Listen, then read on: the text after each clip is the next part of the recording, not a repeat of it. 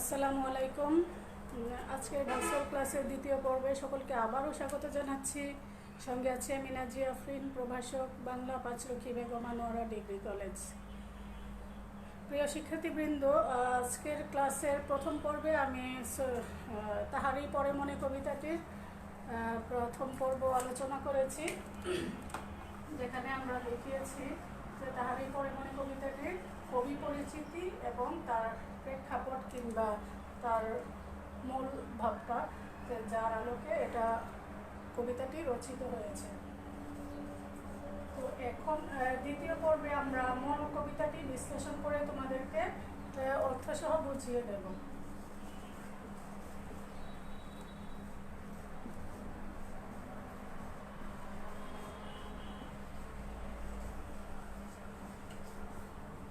দ্বিতীয় পর্বটি ধৈর্য ধরে শোনার জন্য তোমাদেরকে বিনীত অনুরোধ রইল এবং সেই সঙ্গে স্বাগতম যে ক্লাসটি পুরোপুরি উপভোগ করার জন্য। তো শিক্ষার্থীবৃন্দ, আমরা যেহেতু বলেছি যে কবিতাটির কিসের আলোকে, কবিতাটির পটভূমি কী, কবিতাটির মূল ভাবটা কী, কেন রচিত হয়েছে সেটা বলেছি। এখন শুধু আমরা তাহলে আর কথা না বাড়িয়ে সরাসরি মূল কবিতায় ফিরে যাব। আমি আগেই বলেছি যে কবিতাটি একটি সংলাপ নির্ভর কবিতা এবং কবিতাটিতে দুটি চরিত্র রয়েছে। দুটি চরিত্রের সংলাপের মাধ্যমে কবিতাটি উপস্থাপিত হয়েছে। তো চরিত্র দুটো হচ্ছে, একটা হচ্ছে কবি এবং কবি ভক্ত। এই কবিতায় মনে রাখবে, এই কবিতায় দুটো চরিত্র, মানে দুটো চরিত্রের মুখে যে সংলাপ বিনিময়ের মাধ্যমে কবিতাটি রচিত হয়েছে, এবং দুটো চরিত্র হচ্ছে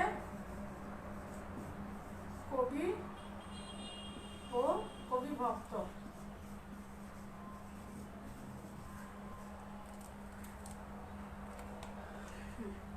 তো আমরা এবার দেখি যে তাদের সংলাপগুলো কি ছিল এবং সেটা কিভাবে কবিতা হয়ে উঠলো দুজনের সংলাপ। তো আমরা জানি যে প্রকৃতিতে বসন্ত এলে বা যে কোনো রূপ বদল হলে কবি সাহিত্যিকদের লেখার মধ্যে সেটা ফুটে ওঠে সবার আগে। আমরা খালি চোখে যতটা না বুঝতে পারি, তার থেকেও বেশি বুঝতে পারি কবি, লেখক বা সাহিত্যিকদের রচনার মাধ্যমে। এবং আমরা আমাদের সেই বিশেষ কালে, বিশেষ লগ্নে সেই বিশেষ ব্যক্তিটির জন্য অধীর আগ্রহে অপেক্ষা করি যে সেই সময়ে কবি বা আমার প্রিয় ব্যক্তিটি কোনো কিছু রচনা করে আমাকে উপহার দেবেন, আমরা বুঝতে পারবো। আমরা সেই অনুভূতিটির জন্য দীর্ঘকাল অপেক্ষা করি। এখানেও কবি ভক্তের সেই অপেক্ষা এবং অনুভূতির কথাই দেখা গেছে যে কবি প্রকৃতিতে যখন বসন্ত আসে, কবিদের উচিত তার রচনার মাধ্যমে তার ভক্ত বা পাঠকদেরকে কিছু উপহার দেয়া। কিন্তু এখানে দেখা যাচ্ছে প্রকৃতিতে বসন্ত এসে গেছে, কিন্তু কবি উদাসীন, কবির কোনো রকম আগ্রহ বা কোনো রকম রচনা সামগ্রী নেই এই বসন্তকে ঘিরে। এই জন্য কবি ভক্ত বলছে যে হে কবি নীরব কেন, ফাগুন যে এসেছে ধরায়, ফাগুন যে এসেছে ধরায়। অর্থাৎ আমরা জানি যে ধরায় মানে পৃথিবীতে যখন ফাগুন আসে, ফাগুন আসলে কবিরাই সব থেকে বেশি উৎসাহিত হয় এবং অনুপ্রাণিত হয় কাব্য রচনায়। কিন্তু এখন আমাদের কবি এখানে নীরব আছেন, তাই কবি ভক্তের এই জিজ্ঞাসা, বসন্তে বরিয়া তুমি লবে নাকি তব বন্দনায়। বসন্তে বরিয়া মানে বরণ করে। এর আগের ক্লাসে আমি দেখিয়েছি যে বিভিন্ন শব্দগুলির অর্থ, তাই এখন আর আমি সেই অর্থগুলি আলোচনা করছি না, সরাসরি আমরা যে গদ্যরূপে মানে ব্যাখ্যায় চলে যাচ্ছি। আর এই কবিতার বিশেষ বিশেষ যে লাইনগুলো আমাদের পরীক্ষায় অধিকাংশ সময় এসে থাকে, সেইগুলির ব্যাখ্যাও আমি আলোচনা করব। কাজেই শুরুতেই তোমরা একটু মনোযোগী থেকো, মনোযোগ সহকারে আমার লাইনের ব্যাখ্যাগুলি শোনার অনুরোধ রইল। বসন্তে বরিয়া তুমি লবে নাকি তব বন্দনায়। তব মানে তোমার, মানে বসন্তকে কি তুমি তোমার বন্দনা মানে গীতি দিয়ে, গান দিয়ে কি এটাকে বরণ করে নিবে না? মানে আমরা জানি প্রকৃতিতে বসন্ত এসছে, এখন কবিরা তার রচনা দিয়ে এটাকে বরণ করে নেবে, কিন্তু বরণ করা হচ্ছে না, আমাদের প্রিয় কবি বরণ করছেন না। তাই কবির একজন ভক্ত তাকে জিজ্ঞেস করছেন যে প্রকৃতিতে বসন্ত এসে গেছে, তুমি এখনো নীরব কেন, তাকে কি বন্দনা করে নেবে না কোনো রচনা দিয়ে? কহিল সে স্নিগ্ধ আখি তুলে, দক্ষিণ দুয়ার গেছে খুলি। এই যে কহিল সে স্নিগ্ধ আখি তুলি, তার মানে তার আখিগুলো ছিল কোমল, অর্থাৎ কোমল মানে মোলায়েম, মানে কোমল সুরে কোমলভাবে আঁখি তুলে চোখ মেলে বলল যে দক্ষিণ দুয়ার গেছে খুলি। এখানে দেখো দক্ষিণ দুয়ার গেছে খুলি এই শব্দটি দ্বারা বোঝানো হয়েছে যে প্রকৃতিতে যখন বসন্ত আসে, বসন্ত এলে এর কিছু বিশেষ বৈশিষ্ট্য লক্ষিত হয়, যেমন দক্ষিণ দিকের দুয়ার খুলে যাওয়া, বিভিন্ন ধরনের ফুল ফুটা, এগুলো পরবর্তীতে আছে, পরবর্তী লাইনে শুধু দক্ষিণ দুয়ারে খুলে যাওয়ার কথাই বলছি। যে এটা বোঝানো হয়েছে যে দক্ষিণ দিক থেকে বাতাস আসার প্রসঙ্গটাকে বোঝানো হয়েছে। আমরা জানি বসন্ত এলে দক্ষিণা বাতাস বইতে শুরু করে, তো দক্ষিণা বাতাসে দক্ষিণ দুয়ার খুলে যাবে, এটাই স্বাভাবিক, এটাই চেয়েছেন। অর্থাৎ তিনি বিভিন্ন মাধ্যমে জানতে চাচ্ছেন বসন্ত আগমনের কোনো লক্ষণ দেখা দিয়েছে কিনা। বাতাবি লেবুর ফুল ফুটেছে কি, ফুটেছে কি আমের মুকুল। অর্থাৎ বসন্ত এলে বাতাবি লেবুর ফুল ফোটে, আমের মুকুল ফোটে, গাছে গাছে আমের মুকুল দেখা যায়। দক্ষিণা সমীর তার গন্ধে গন্ধে হয়েছে কি অধীর আকুল। দক্ষিণা সমীর অর্থাৎ এই যে পূর্বে যে দক্ষিণ দিকের বাতাস বওয়ার কথা বলেছি, দক্ষিণ দিক থেকে বাতাস বইতে শুরু করে এবং এই যে বিভিন্ন ধরনের ফুল ফুটে, সেখানে বাতাবি লেবু, আমের মুকুল এগুলি ফুটে এবং বাতাসের মধ্যে সেই গন্ধগুলো ভেসে বেড়ায় এবং পুরো প্রকৃতিতে একটা মৌ মৌ গন্ধ ছড়িয়ে পড়ে। এটাই কবি জানতে চেয়েছেন যে এই লক্ষণগুলি বা এই বৈশিষ্ট্যগুলো দেখা গেছে কিনা। আমরা কবির কাছে যে আর্জি নিয়ে গেছি একটা রচনা করার জন্য, সেই রচনার জন্য যে বসন্ত এসে গেছে এটা কবি লক্ষ্য করেননি, তাহলে যেহেতু এগুলি হচ্ছে বসন্তের বৈশিষ্ট্য, তাই কবি জানতে চাচ্ছেন যে এই বৈশিষ্ট্যগুলো দেখা গেছে কিনা। এখন কবি ভক্ত বলছে এখনো দেখনি তুমি, কহিলাম কেন কবি আজ এমন উন্মনা তুমি, কোথা তব নবপুষ্প সাজ। কবি ভক্ত বলছে তুমি এখনো দেখনি, তার মানে এটা কবি ভক্তের জন্য, আমরা যারা নিজেরা জাগ্রত হই সেই কবি নিজেই ঘুমন্ত আছেন।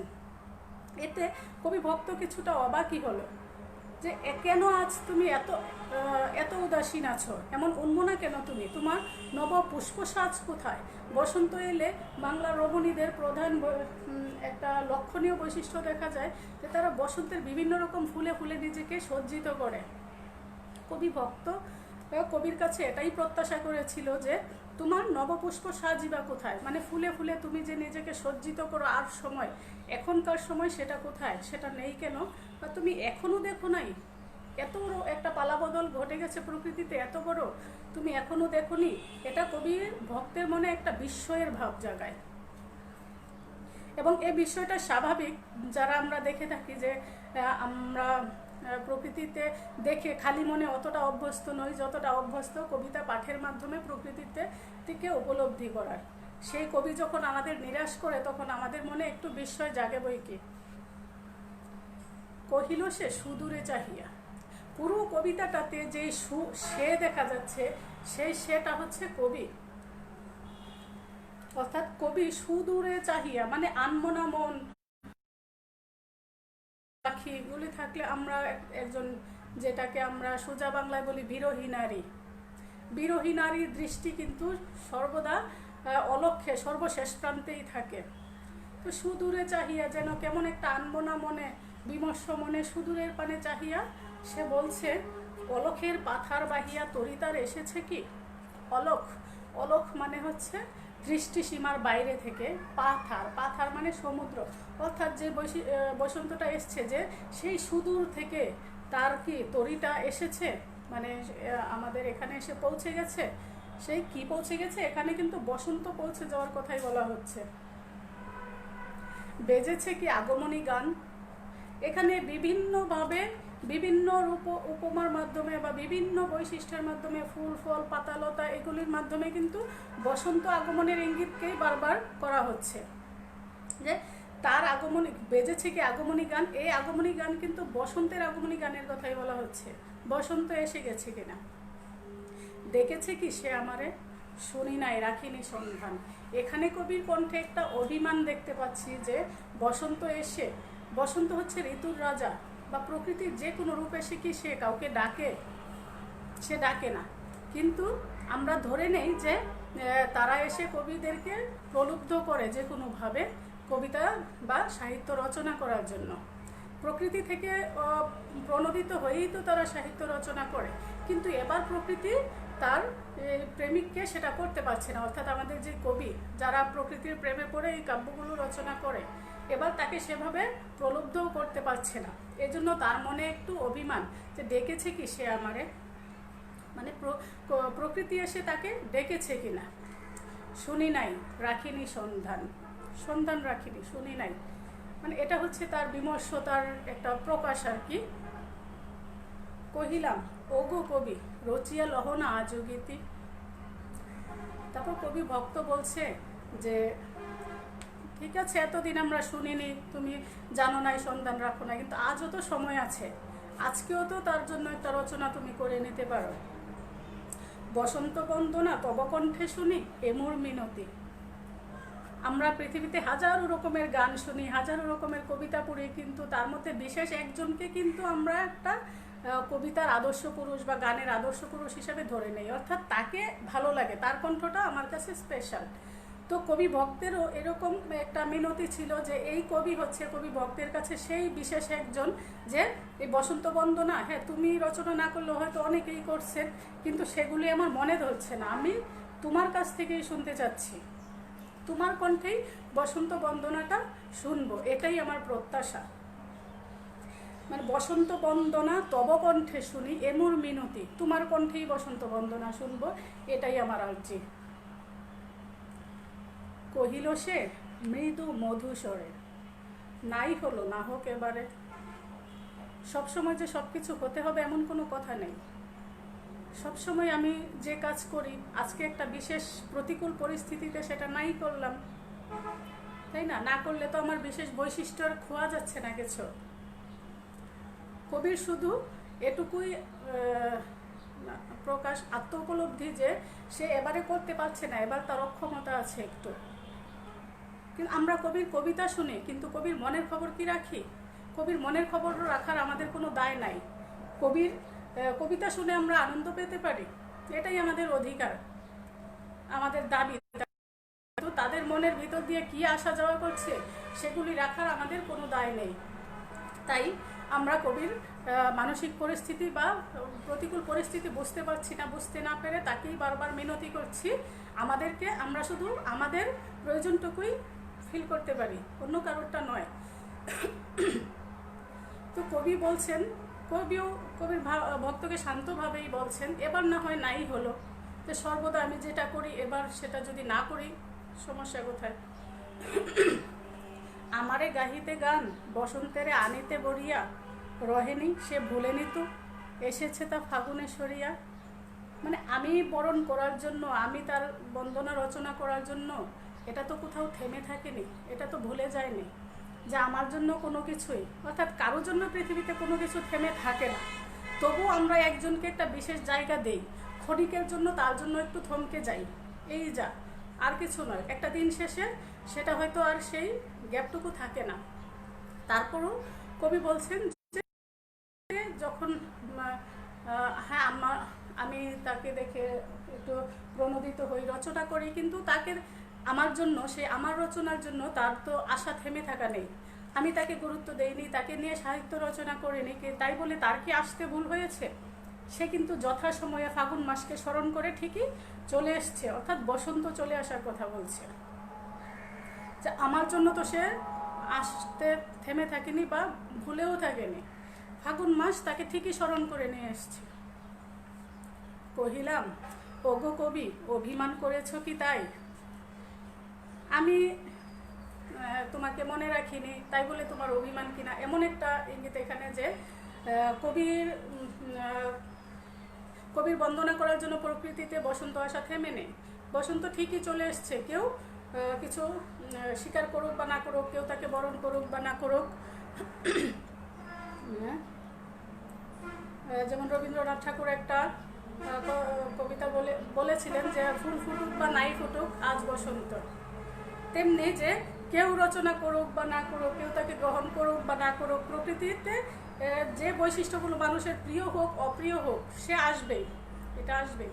তো তাই বলে আমি বরণ করিনি বলে সে আসবে না এমন নয়, যে বিশেষ কবিরা বরণ করে নেয়, কবিরা একটু উৎসুক, কিন্তু এবার বরণ করতে পারেনি বলে ঠিকই এসেছে। তাই বলে কবি ভক্ত বলছেন তাহলে কি এজন্যই কি তুমি অভিমান করেছ? যদিও এসেছে তবু তুমি তারে করিলে বৃথাই।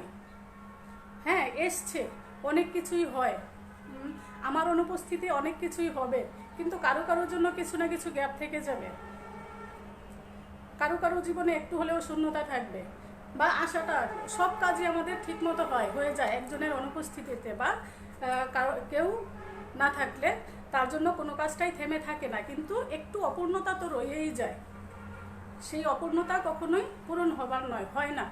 তেমনি বলছেন কবি যে যদিও বসন্ত এসছে প্রকৃতিতে, কিন্তু তুমি তাকে বৃথা করে দিলে। অর্থাৎ বসন্তের যদি বসন্ত বন্দনা না হয়, বসন্তকে নিয়ে একটু মাতামাতি না হয়, উৎসব আমেজ না হয়, তাহলে এই বসন্তটা আসাটাই যেন বৃথা। কহিল সে পরম হেলায়, বৃথা কেন ফাগুন বেলায় ফুল কি ফোটেনি শাখে, পুষ্পারতি লভে নেকি ঋতুর রাজন। কবিও বলছেন বৃথা হবে কেন, যেমন তার আশার যে বৈশিষ্ট্যগুলো হওয়ার কথা সেগুলো তো ঠিকই হয়েছে, ফুল ফুটেছে, গাছে গাছে ফুল ফুটেছে, তারপরে প্রকৃতি বিভিন্ন ধরনের ফুলে ফুলে সেজেছে, এটাই তো প্রকৃত বৈশিষ্ট্য। এটুকু হলেই তার পূর্ণতা, বসন্তের পূর্ণতা তো এখানেই। বসন্তের পূর্ণতা হচ্ছে প্রকৃতি বিভিন্ন রকম, সে যেভাবে চায় সেভাবে সাজবে, কেউ তাকে বরণ করবে কিনা, কেউ তাকে তাচ্ছিল্য করবে কিনা, তার উপর বসন্তের কোনো কিছুই কি নির্ভর নয়। তাই কবি বলছেন যে বৃথা হবে কেন, ফাগুন বেলায় ঠিকই যা হওয়ার তাই হয়েছে, বসন্তের আগমনের যে বৈশিষ্ট্য, যে লক্ষণ দেখা যাওয়ার কথা তা দেখা গিয়েছে, কাজেই এটা ব্যর্থতা বা আমার রচনার কারণে এখানে, অর্থাৎ কবি বোঝাতে চাচ্ছেন, কবি ভক্তও বারবার কোনোভাবে বোঝাতে চাইছেন যে তোমার কাছ থেকেই কিছু একটা চাই লেখা, আর কবিও বারবার বোঝাতে চাইছেন ভক্তকে যে আমার জন্য কোনো কিছুই থেমে নাই, আমার জন্য কোনো কিছু থেমে থাকবে না, কোনো কিছু ব্যর্থ হয়ে যাবে না। বিভিন্নভাবে একই কথা দুজন দুভাবে বোঝাতে চাই। মাধবী কুড়ির বুকে গন্ধ নাহি, করে নাই অর্ঘ্য বিরোচন। এই যে বলছিল যে তুমি তাকে বৃথা করে দিলে, বসন্তটা যদিও এসছে তুমি একদম বৃথা করে দিলে। হ্যাঁ, বৃথা কেন? এই যে ফুল কি ফুটে নাই, প্রকৃতি কি ফুলের সাজে নাই, নাকি মাধবী কুড়ির বুকে গন্ধ নাই, নাকি যে বলছেন যে নাকি ফুল ফুটেছে কিন্তু সেই ফুলে গন্ধ নাই, এমন কিছু। তাহলে কেন, কিসের ভিত্তিতে এটা বৃথা হলো? অর্থাৎ কবির হচ্ছেন নিজেকে জাস্ট ধরাশায়ী না হওয়ার একটা পন্থা অবলম্বন করা, যেন কোনোভাবে কবিকে পরাস্ত করতে না পারে, কোনোভাবে বাধ্য করতে না পারে কোনো কিছু রচনা করার জন্য। এজন্য কবি এবং কবির ভক্ত দুজনেই বিভিন্ন কৌশল অবলম্বন করছেন। যে মাধবী কুড়ির বুকে গন্ধ নাই মানে কেন, বৃথা কেন, সেটা বোঝাতে চাইছেন যে ফুল ফুটেছে নাকি গন্ধ নাই, যে দেখা যাচ্ছে কিন্তু তার কোনো কাজের না। হ্যাঁ, সব কিছুই ঠিকই আছে। করে নাই অর্ঘ্য বিরোচন, অর্ঘ্য মানে উপহার রচনা করেনি। হোক, তবু বসন্তের প্রতি কেন এই তীব্র বিমুখতা? এবার কবি ভক্ত বলছেন হ্যাঁ, সব কিছুই হয়েছে প্রকৃতির নিয়মে, কোনো কিছুই ব্যাঘাত ঘটেনি, সব কিছু তার নিয়ম মাফিক হয়েছে, কিন্তু তোমার কেন এত বিমুখতা? এবার কবি তার আসল কথায় চলে এলো, কবি ভক্ত, যে তাহলে কিন্তু তুমি কেন করবে না, তোমার তার প্রতি এত বিমুখতা বা তিক্ততার কি কারণ? কহিলাম উপেক্ষায় ঋতুরাজে, কেন কবি দাও তুমি ব্যথা। ঋতুর রাজা হচ্ছে বসন্ত, সমস্ত ঋতুদের শ্রেষ্ঠ ঋতু বসন্ত, সেই ঋতুকে অবহেলা করে অবজ্ঞা করাটা তার মনে ব্যথা দেওয়ার শামিল। যেমন আমরা একজন বিশেষ ব্যক্তির আগমনে যখন তাকে কোনো ধরনের সংবর্ধিত না করি, তখন তার যে মানহানি হয়, সেই রকম মানহানিকর হচ্ছে যে প্রকৃতির মধ্যে শ্রেষ্ঠ হচ্ছেন বসন্ত, সেই বসন্তের আগমনে তার এরকম মানহানি হয়েছে, তাকে তুমি ব্যথা দিয়েছ, তুমি রচনা না করে। সবাই সব করেছে, কিন্তু তুমি নিশ্চুপ থেকে তার মনে ব্যথা দিলে। কহিল সে কাছে সরে আসি। এবার একটু কাছে এসে আলতো করে নাটকীয় পরিবেশ সৃষ্টি করে বলছেন যে কুহেলি উত্তরী তোলে মাঘের সন্ন্যাসী। কুহেলি মানে কুয়াশা, উত্তরী মানে চাদর। কুয়াশার চাদরে ঢাকা মাঘের সন্ন্যাসী অর্থাৎ শীতকাল।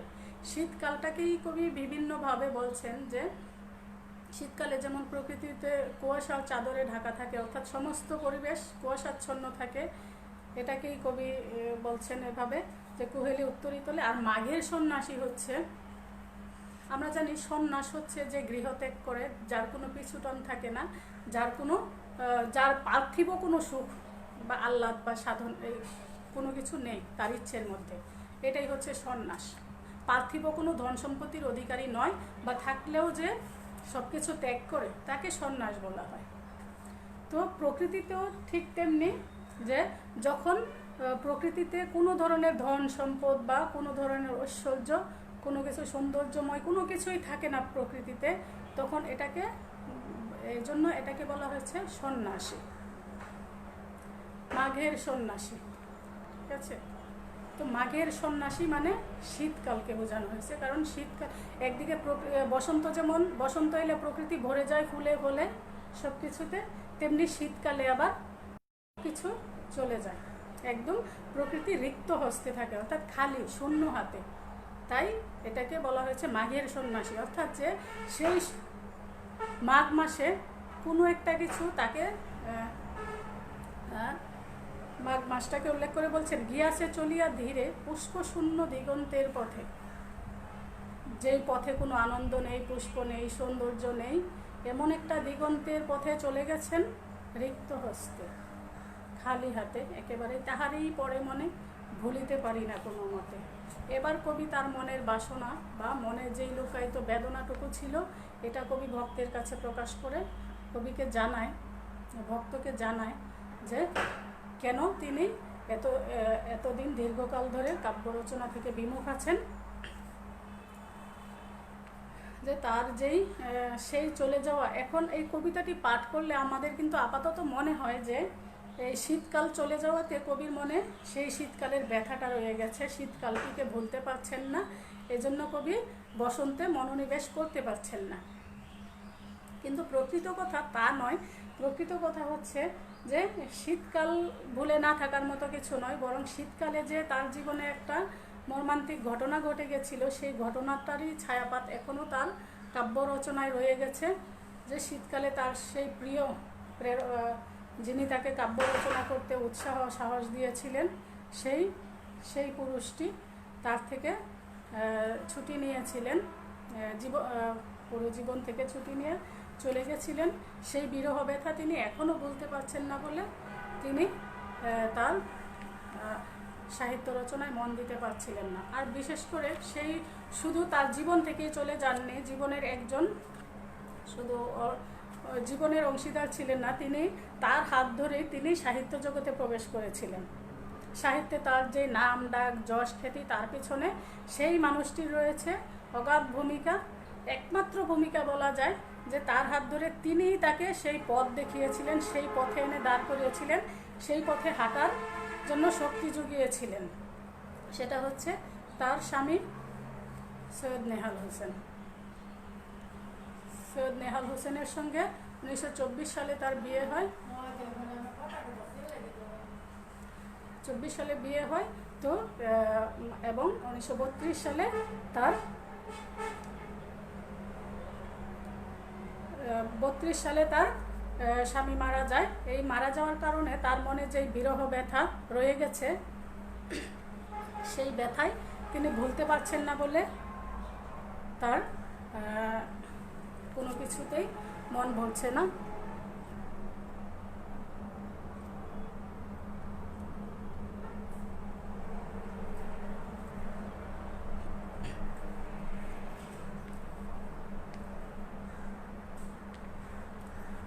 তো প্রিয় শিক্ষার্থীবৃন্দ, যে আমরা আমাদের প্রথম পর্বে আলোচনা করেছিলাম কিছু কিছু শব্দার্থ। এখন আমরা কিছু গুরুত্বপূর্ণ লাইন তোমাদের জন্য তুলে ধরছি, যেগুলি তোমাদের পরীক্ষায় অধিকাংশ সময় যে গুরুত্বপূর্ণ লাইনগুলির ব্যাখ্যা এসে থাকে সেই লাইনগুলি একটু মনোযোগ দিয়ে দেখো।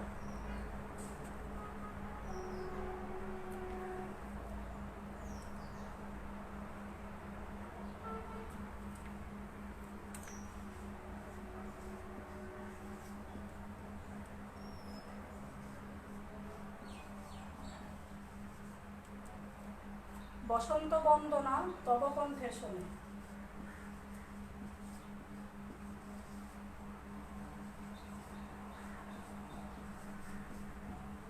শুনে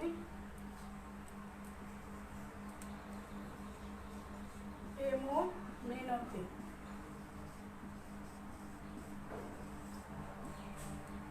হ্যাঁ, কথাটি কে বলেছিল? কবির ভক্ত বলেছিল কবির কাছে পরম উৎসাহে যে তার কাছ থেকে সে বসন্ত বন্দনা শুনতে চায়।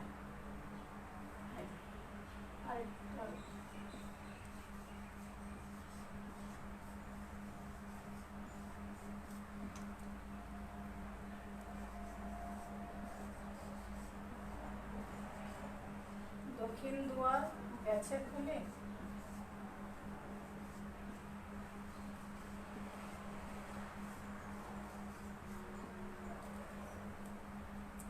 এই দক্ষিণ দুয়ার গেছে খুলির প্রসঙ্গটা আমি যদিও একবার বলেছি, আবার বলছি যে দক্ষিণ দুয়ার খুলে যাওয়ার প্রসঙ্গে কিন্তু বসন্ত আগমনের ইঙ্গিতকেই করা হয়েছে।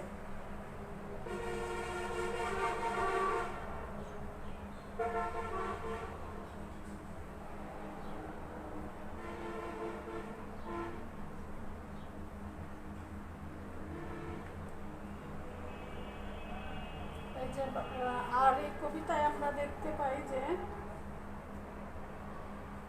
এই যে কোহিলী উত্তরিতলে মাঘের সন্ন্যাসী, এটা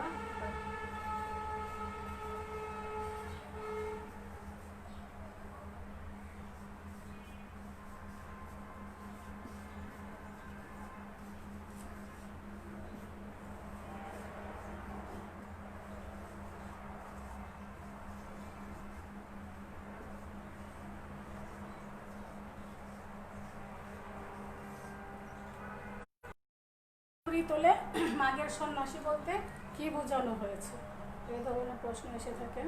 আচ্ছা, এই কবিতায় আমরা কিছু দেখি যে কি কি আছে। কবিতা থেকে গুরুত্বপূর্ণ যে প্রশ্নটা এসে থাকে সেটা হচ্ছে প্রকৃতি ও মানব মনের যে সম্পর্ক, এই সম্পর্কটি এখানে উদ্ঘাটন করে দেখাতে বলা হতে পারে। এবং বসন্তের যে একটা বৈশিষ্ট্য এখানে কবি দিয়েছেন, কবি কি বলেছেন বসন্তের বৈশিষ্ট্যে, যে বাতাবি লেবুর ফুল ফোটা, আমের মুকুল ফোটা, তারপরে মাধবী করি, তারপরে দক্ষিণা বাতাস ইত্যাদি, মানে বসন্তের বর্ণনাটা চাওয়া হইতে পারে। আর এই কবিতাটি থেকে যেই আরেকটি গুরুত্বপূর্ণ প্রশ্ন, যে কবিতাটি একটি নাটকীয় গুণসম্পন্ন কবিতা, ব্যাখ্যা করো। তারপরে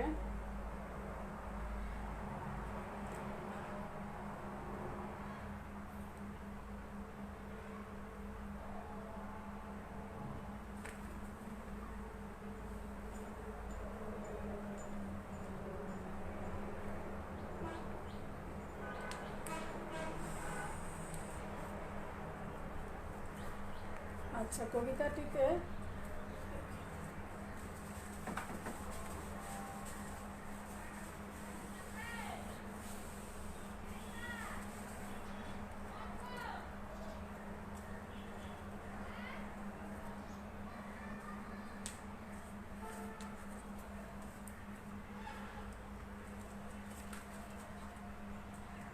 প্রত্যেকটা শব্দের অর্থ ধরে ধরে, যখন আমি প্রথম ক্লাসে যে শব্দের অর্থগুলো বলেছিলাম সেই শব্দগুলি নিশ্চয়ই তোমরা লিখে নিলে অথবা যদি মনে রাখতে পারো ভালো। আর এখন তো আমি প্রতিটা লাইন আলোচনা করে দিলামই। এই কবিতাটির এখন মূল ভাব কি? এখন মূল ভাব, আসলে মূল ভাব বলতে গেলে কিন্তু প্রথমেই তুমি এই যে বিরহ ব্যথা, এটা তুমি কবিতাটা পাঠ করে পাচ্ছ না, এই জন্যই কবিতার পূর্ব ইতিহাস জানা জরুরি। যেমন এই কবিতাটিতে প্রতিটা রচনাই তার যে নেপথ্যে কী থাকে এটা জানার জন্য কোনো রেফারেন্স বই অথবা কোনো শিক্ষকের সহায়তা নেওয়াটা জরুরি হয়ে পড়ে। কারণ পুরো কবিতাটিতে আমাদের কিন্তু কোথাও মৃত্যুর কথাটি তার স্বামীর, যাকে তিনি এত ভালোবাসতেন, মানে তাকে পথ দেখিয়ে দিয়েছেন, সেই কোথাও কিন্তু সেই পুরুষটির চলে যাওয়ার কথা লেখা নেই। এজন্যই আমাদের পরামর্শ থাকে সবসময় যে তোমরা তার ইতিহাস নেপথ্যের কথা জানার জন্য কারো না কারো সহায়তা নাও। আর আশা করি আমাদের এই ভিডিওগুলো তোমাদেরকে সহায়তা করবে যদি ততক্ষণ ধৈর্য ধরে দেখে থাকো। এখানে শুধু দেয়া আছে, কুহেলি উত্তরিতলে মাঘের সন্ন্যাসী, গিয়াছে চলিয়া ধীরে পুষ্পশূন্য দিগন্তের পথে, রিক্ত হস্তে তাহারই পরে মনে ভুলিতে পারি না কোনো মতে। এই যে তাহারই পরে মনে, এখানে আমরা কিন্তু কবিতাটার নামই দেখতে পাচ্ছি তাহারই পরে মনে, কিন্তু এই তাহারটাকে এটা জানার জন্য আমাদের কবিতাটি ভালোভাবে, এই যে আমার এই ক্লাসটি হয়তো সহায়ক হবে তোমাদের, ভুলিতে পারি না কোনো মতে তিনি। আর আমি আবারও বলছি যে এই কবিতাটিতে শুধু শীতকালের মধ্যে সীমাবদ্ধ রেখো না, তোমাদের দৃষ্টিসীমাটাকে একটু অতিক্রম করতে হবে, শীতকালটাকে ডিঙিয়ে কোনো একজন মানুষকে খুঁজে নিতে হবে যে কিনা কবিকে একা করে এত বিশাল একটা সমুদ্রে, বিশাল একটা পথে, রাজপথে একা নামিয়ে দিয়ে চলে গেছেন হাত ছেড়ে। সেই প্রেরণা পুরুষের চলে যাওয়ার কথাই বলা হয়েছে যে তোমরা যে শীতকাল চলে গেছেন কুয়াশার চাদরে ঢাকা। শীতকাল কারোরই প্রিয় ঋতু নয় যে শীতকাল চলে যাওয়া এতটা ব্যথা অনুভব করবে। মূলত শীতকালের অন্তরালে কবিতার প্রিয় হারানোর বেদনাটাকেই উপস্থাপন করেছেন। আর দেখো এই কবিতায় কয়টা ফুলের নাম আছে, বাতাবি লেবুর ফুল, আমের মুকুল আর মাধবী কুড়ি। এই তোমাদের নৈর্ব্যক্তিক প্রশ্নে এসে থাকে অধিকাংশ যে কটা ফুলের নাম আছে, বা এই ফুলের নামগুলিও বিশেষ করে। তারপরে দুটা ঋতুর কথা আছে, বসন্ত এবং শীতকাল। তারপর দুটা, যেহেতু সংলাপ নির্ভর, এখানে দুটো চরিত্রও আছে। দেখো আমি লিখছি যে এই কবিতা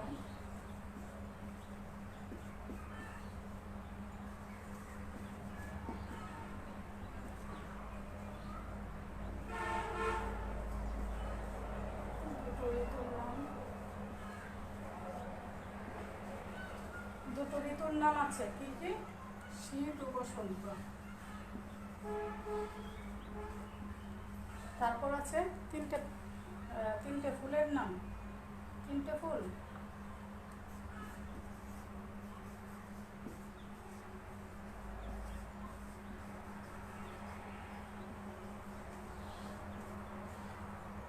তিনটি ফুলের নাম কি কি? বাতাবি লেবু,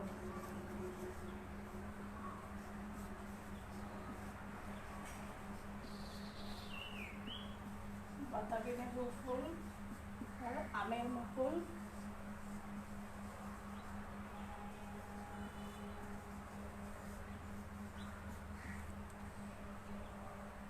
মাধবী কুড়ি।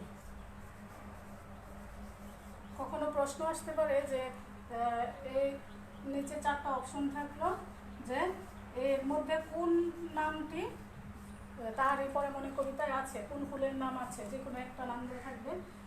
তাহলে তোমাদেরকে এইগুলিও একটু সূক্ষ্মভাবে ধরে ধরে মনে রাখতে হবে।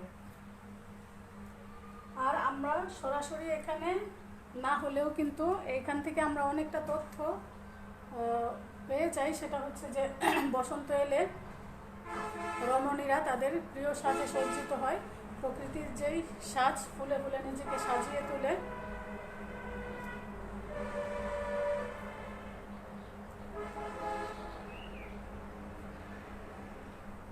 আর এই যে মাসের নাম আছে একটা,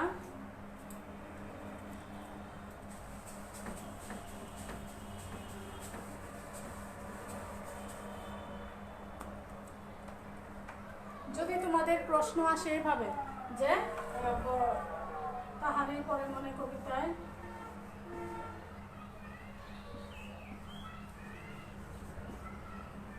আগে পরে মনে কবিতায় কোন মাসের নামটি উল্লেখ আছে, এইভাবে দেয়া থাকলো যে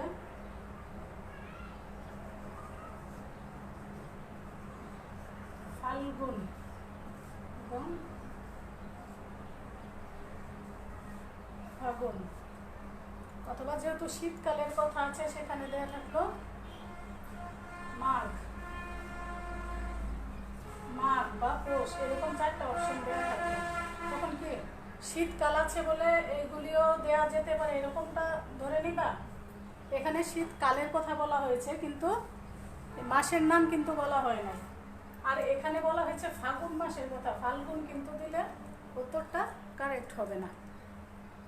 ঠিক আছে, তো এরকম এই সূক্ষ্ম জিনিসগুলি একটু তোমাদেরকে বুঝে নিতে হবে যে শুধু এইটুকুর জন্য যে ফাগুন আর ফাল্গুনতে একই কথা হলো, তারপরেও কিন্তু আমাদের বইয়ে যেভাবে উল্লেখ করা আছে সেভাবেই আমাদের প্রশ্নটার উত্তর দিতে হবে। আর অনেক কিছুই আমাদের ধরে নিতে হয়, কিন্তু এখানে ধরে নিলে হবে না যে এখানে যেহেতু শীতকালের কথা আছে যে পৌষ বা মাঘ মাস যে কোনো একটা দেয়া যেতে পারে, এরকম নয়। কিছু কিছু ক্ষেত্রে যে আক্ষরিকভাবে জিনিসটা দেখতে হয়, কোনো কোনো ক্ষেত্রে আবার ভাবটা ফলো করতে হয়।